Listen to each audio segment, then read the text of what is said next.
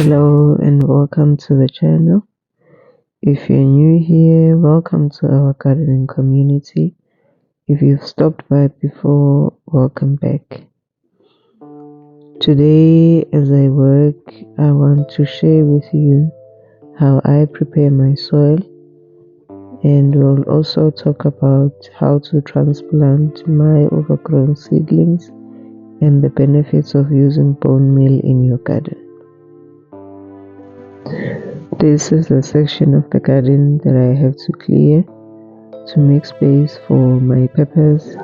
Currently it has some Swiss chard. This Swiss chard has been growing here for the past 2 seasons, and now the leaves have turned brown and I think it's time for me to remove it. I'm going to plant new Swiss chard on the other section of the garden. I'm completely removing the Swiss chard together with its roots. I know some gardeners might prefer to leave the roots in the soil to recycle some of the nutrients, but for this Swiss chard it had fungal issues, so I don't want the fungus from this crop to transfer into the soil and possibly affect my next crop. The powdery mildew that was affecting this crop, it can also spread through the decomposing roots of the previous crop, so I want to completely eliminate it. Hello and welcome back.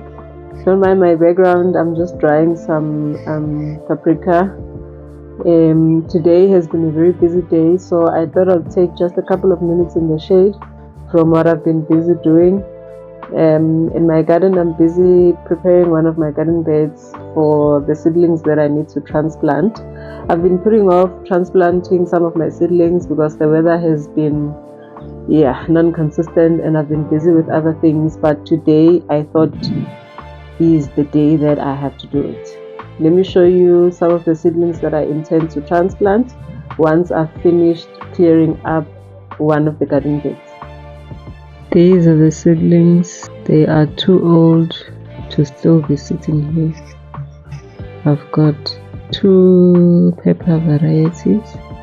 I've got 2 tomato varieties. I've got some watermelon, and I've got some butternut squash, some eggplant, another pepper variety.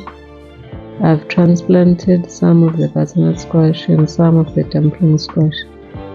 This is what is left. There's also some okra there. Don't mind the dust. I had to move them here. The weather last night was not very friendly. So there's also some lettuce over there that decided to die on me. These are the seedlings that must go into the garden bed that I'm working on. The garden bed has been cleared. I will keep the sage in, and then now I have to do my soil preparation. I use compost as part of my garden bed preparation. My process is to add a layer of compost and mix it in with the topsoil to provide more nutrients for my plants and to improve drainage and aeration in my soil. This is the compost brand that I'm using. It's been good to me so far. You can also use your homemade compost, but mine is not ready yet. Any other brand of compost that you have will be good for your soil. I just poured in a layer of the compost and then just mix it in with the topsoil.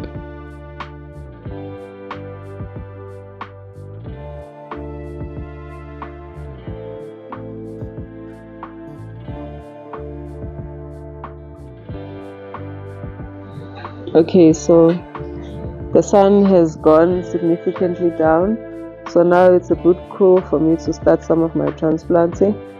I'm going to be doing some compost that I've been looking forward to growing with some of the watermelon seedlings. I'm too tired for today, so I'll do the rest of the things tomorrow. Yeah, so tomorrow will be day 2 of only transplanting.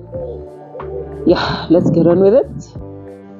I'm going to be using Bonemeal fertilizer as I'm transplanting my seedlings to add more phosphorus to my soil.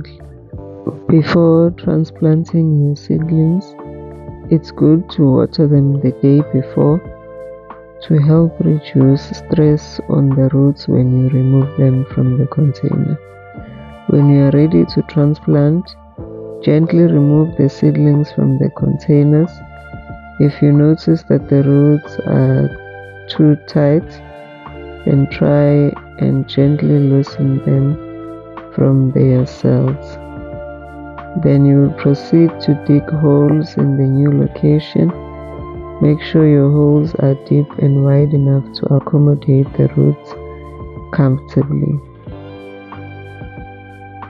My process is to add the bone meal on my planting holes and then place the seedlings inside and then cover with the soil. Be sure to follow the package instructions for correct dose to avoid over-fertilization, which can harm your plants. From here on, the process is repetitive. As you will see, now I'm transplanting the watermelon. It had already flowered, but I'm just gonna remove those flowers because it's still early for it to be blooming. Moving on to my star of the show for today. It's this beautiful comfrey plant. I got it from my neighboring farmstead, and the instructions for me to plant it was just to separate the clusters as they are and try and plant them individually, and if I have any roots left, I will plant them and hope that soon they will bloom into new plants. I'm not sure if I'm cutting it correctly, but I will see if it will continue to grow.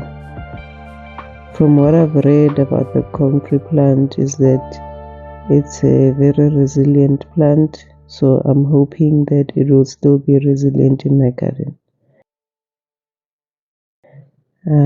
Added a bit of some compost there in the planting hole, and then I really hope that it grows. Moving on to transplanting day 2. This is when I did my dumpling squash, my butternut squash, and the pepper varieties. The process is still the same. I sprinkled some bone meal on all of the planting holes, and then I cover the seedlings with some soil. That was my process to enrich my soil with compost and properly transplanting my seedlings and using bone meals. I'm hoping that I've created a thriving garden. If you found any of these tips helpful, please like the video and consider subscribing to the channel.